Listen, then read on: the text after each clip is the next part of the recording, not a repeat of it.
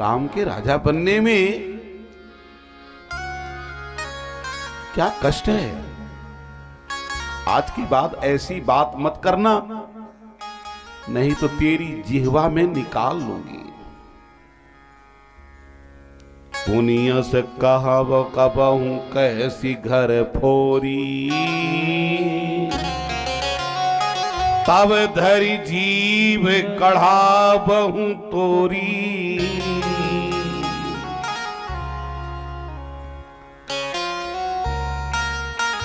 हम समझ रहे तेरे जैसे अंग वाले तेरे जैसे ही काम करते हैं। अरे तुझे पता नहीं है, इस कुल की परंपरा है कि बड़ा पुत्र ही राजा बनता है, छोटे भाई उसके सेवक बनकर के रहते हैं। और कौशल्या कितनी अच्छी है कि मेरे भरत को प्राणों के समान प्यार करती है। और राम मेरे राजा बन जाएंगे तो मुझे तो और प्रसन्नता की बात है।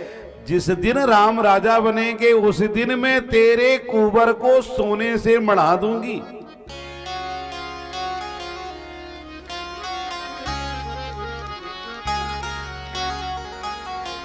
पर एक बात बता, सही सही बता कि तूने ऐसे वचन कहे कैसे? भरत की सौगंध है।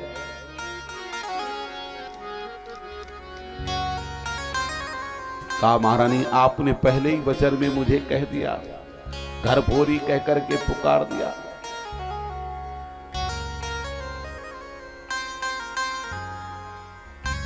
अब मैं कैसे कहूं? कहा सुनो,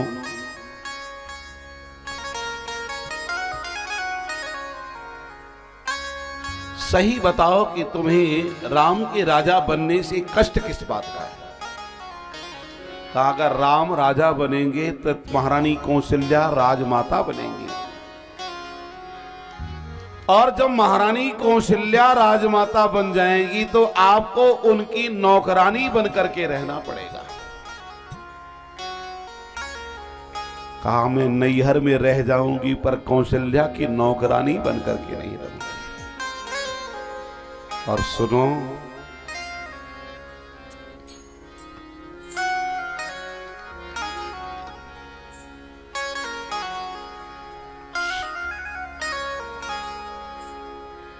तुमने जो कहा है इसके लिए उपाय क्या है कि राम राजा न बनने पाए?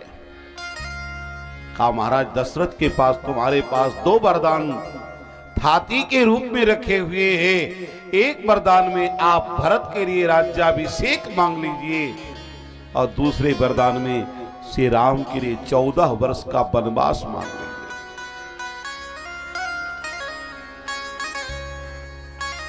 पर यह शपथ जब राम की खाएं महाराज दशरथ, तभी आप यह बात करिएगा। यही है को न कुसंगति पाई न साई, जात ही नीचे मते चतुराई। कौन ऐसा प्राणी है जो कुसंग से नष्ट ना हो जाए? अच्छे से अच्छा व्यक्ति भी कुसंग से नष्ट हो जाता है। इसलिए आज महारानी कैकेयी गोप भवन में पहुंच गई। महाराज दशरथ जब लौट करके आए तो लगा कि इस समाचार को मैं महारानी कैकेयी को दूंगा तो बड़ी प्रसन्न होगी, क्योंकि जब तक कैकेयी पूछा करती थी कि श्री राम को राजा कब बनाएंगे आप।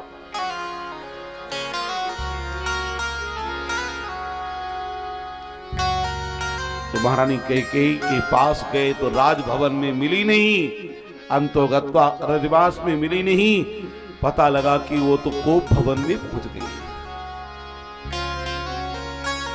अच्छा एक बात है, देवियां जब कोप भवन में पहुंचती हैं तो मनाना बड़ा मुश्किल पड़ता है ना? हम तो कहा करते हैं कि दुर्गा कपालिनी, चंडिका, भद्रकाली, इन सब देवियों को मनाया जा सकता है, पर घर की देवी अगर नाराज हो गई तो फिर मनाना मुश्किल है। इसलिए और देवियों के लिए नारियल चढ़ावे चाहे न चढ़ावे, घर की देवी के लिए एक नारियल जरूर चढ़ाना चाहिए। पर जिनके घर में देवी हो वही चढ़ावे, जिनके पास ना हो वो दूसरे देवी के लिए न चढ़ाएंगे।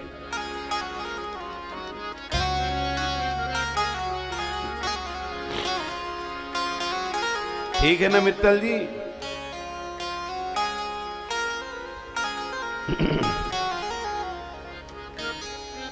तो हमारे श्री महाराज दशरथ चल पड़े।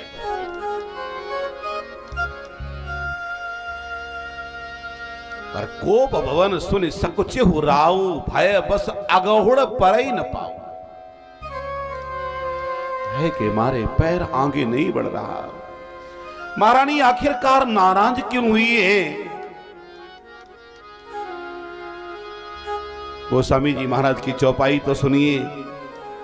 सोले कोली से अस अगवनिहारे, तेरती नाथ सुमन सरमारे। जिन महाराज दशरथ को महाकाली की तलवार नहीं मार सकती, देवराज इंद्र का वज्र नहीं मार सकता, भगवान शंकर का त्रिशूल नहीं मार सकता है, वो महाराज दशरथ आज कामदेव के बाणों से मारे गए। तेरती नाथ सुमन सर मारे। इसका मतलब कि वो काम के बसीभूत नहीं है। महाराज दशरथ काम के बस में नहीं है, महाराज दशरथ राम के बस में है। महाराज दशरथ कामी नहीं है, महाराज दशरथ नामी है। भगवान के नाम का निरंतर जप करते हैं। ये ते शब्द जो है ये काक वक्रोक्ति है। क्या वो महाराज दशरथ काम के बस में हैं? अर्थात नहीं। तेरती नाथ नयन सर मारे।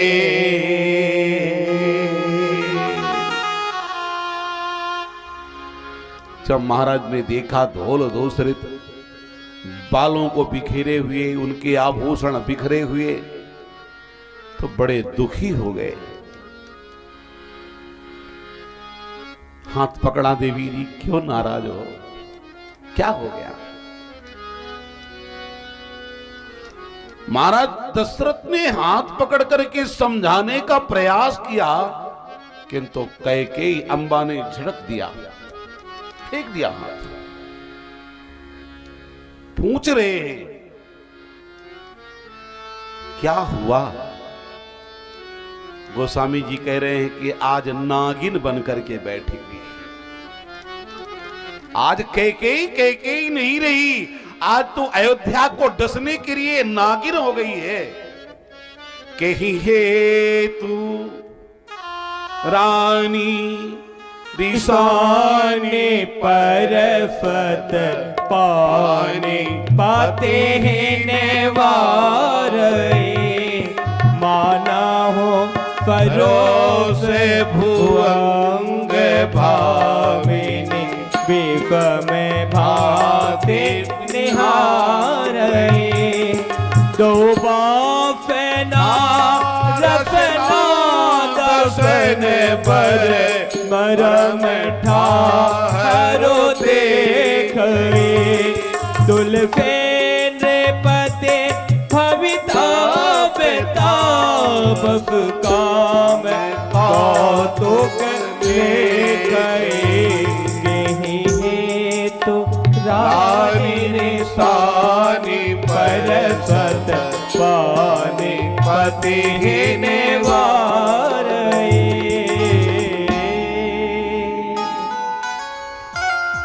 महारानी, आज मैं किसी रंग से राजा बना दूं? कहो।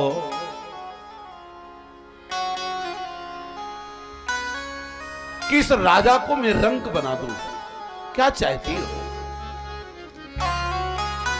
देवी, आज तुम्हारे मन का हुआ है। तुम ही तो पूछा करती थी कि राम को राजा कब बनाओगे।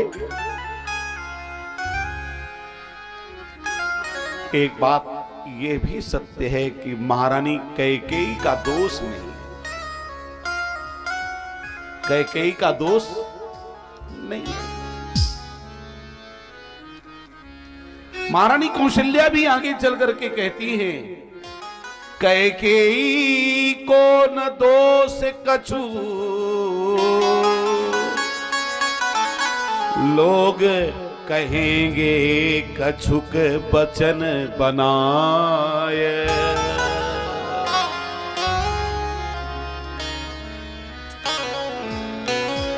राम जी बहुत छोटे थे, बहुत छोटे।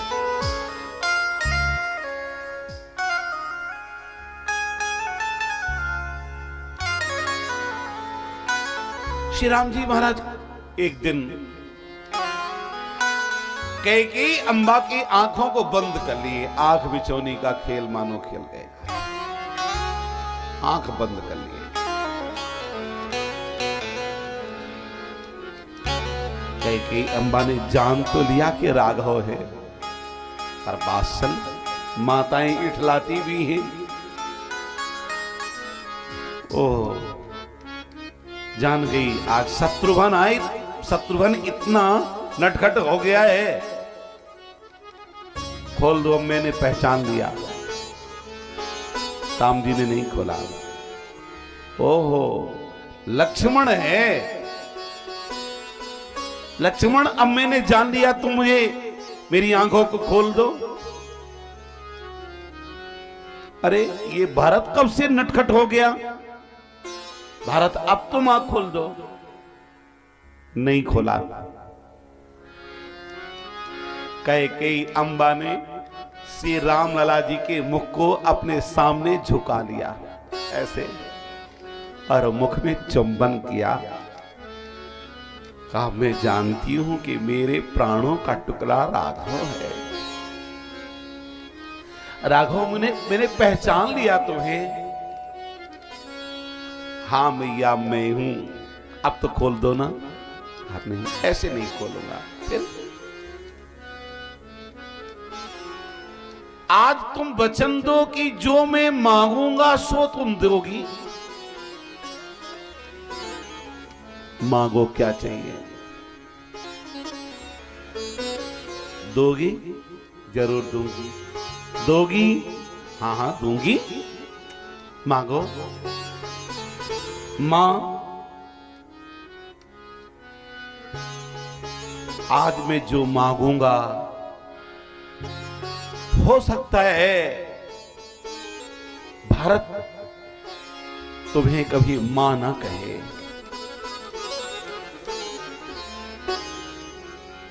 राघव, तुम तो मुझे मां कहोगे ना?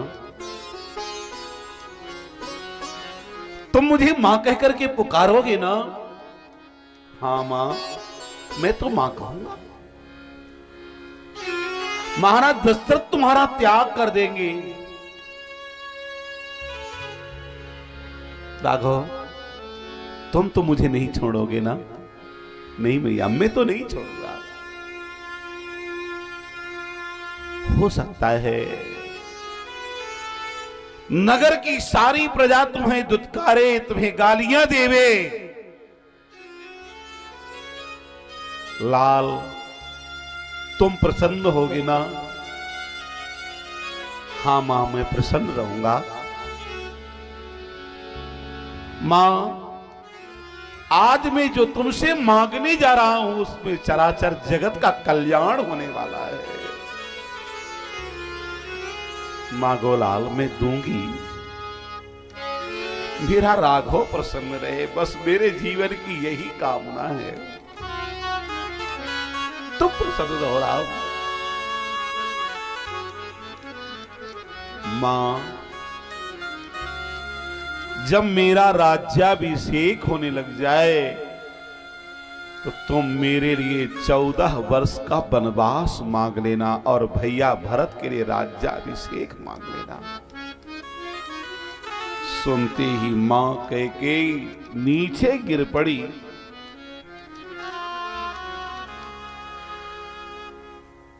मां को राघवेंद्र ने उठाया। मां दुखी मत हो, इससे तो चराचर जगत का कल्याण होगा, सारे संसार के प्राणी सुखी हो जाएंगे। वहां मेरा बहुत बड़ा कार्य।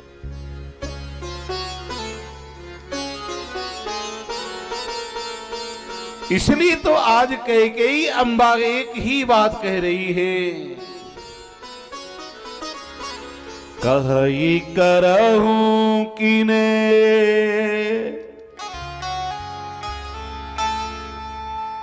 कोटि उपाया,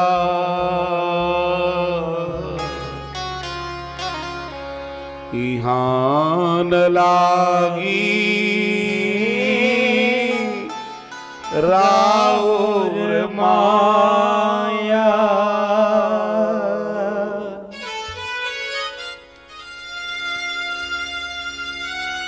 कहा महाराज 2 वरदान मेरे रखे हैं, आज तक उन वरदानों को आपने दिया नहीं है। महाराज दशरथ ने कहा देवी तुमने कभी मांगा नहीं और मैं भूल सकता हूं पर वचन से मुकर नहीं सकता। देवी मैं ही नहीं, मेरे कुल की रीति है कि मेरे कुल में कोई झूठ नहीं बोलता है। रघुकुल रीति सदा चली आई, प्राण जाहि पर बचन न जाए। जानता हूं असत्य के समान कोई पाप नहीं है, सत्य के समान कोई धर्म नहीं है। सुनो देवी, मैं राम की सौगंध खा करके कहता हूं, जो मेरे सुकृत है, मेरे स्नेह है, मेरे प्रेम है, कि आज तुम जो मांगोगी वो मैं दूंगा। यही तो कैकेयी चाहती थी कि किसी तरह से श्री राम की सौगंध खा ले वे महाराज दशरथ। कह दिया महाराज प्रथम वरदान तुम्हें आपसे यही मांगोगी कि मेरे बेटे भरत का राज्याभिषेक हुए।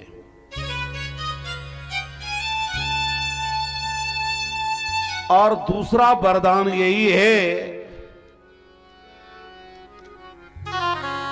तपस्वी का वेश बना करके विशेष रूप से उदासी होकर के 14 वर्ष के लिए राम जी वनवासी हो जाए। तापस वेश विशेष उदासी 14 बरिस राम वनवासी। 14 वर्षों तक राम राजा न रहे।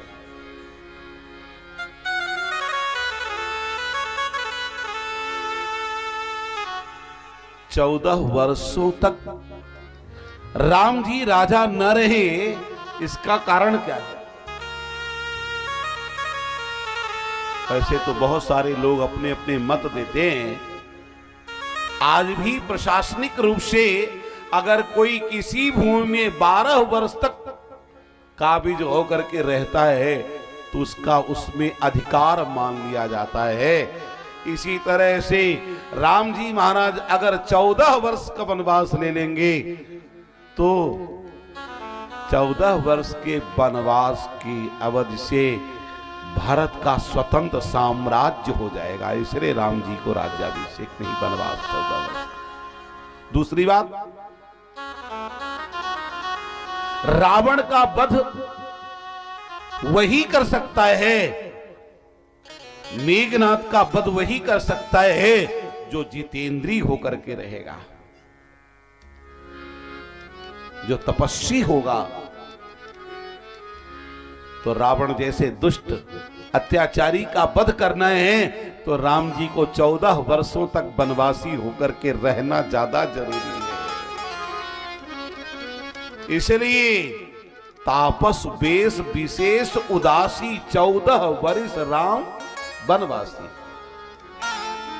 और एक बात, श्री कैकेयी जी ने केवल राम जी के लिए ही वनवास नहीं मांगा,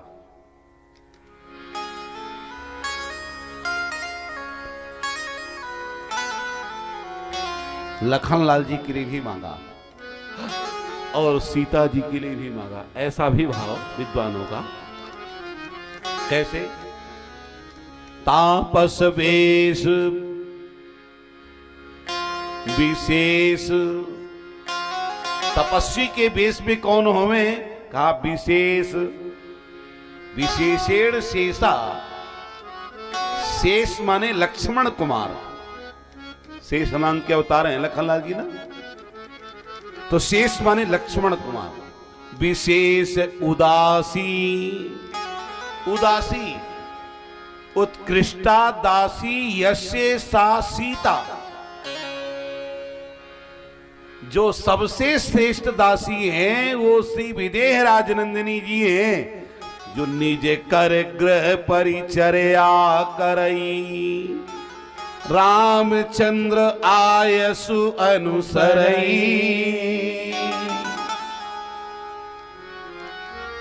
और अंतिम में कहते हैं राम वनवासी। श्री राम जी वनवासी का स्वरूप धारण करे, राम जी को वनवासी का स्वरूप धारण करना अनिवार्य है और करे नहीं। इसलिए गोस्वामी जी की चौपाई में तीनों का नाम आ जाता है।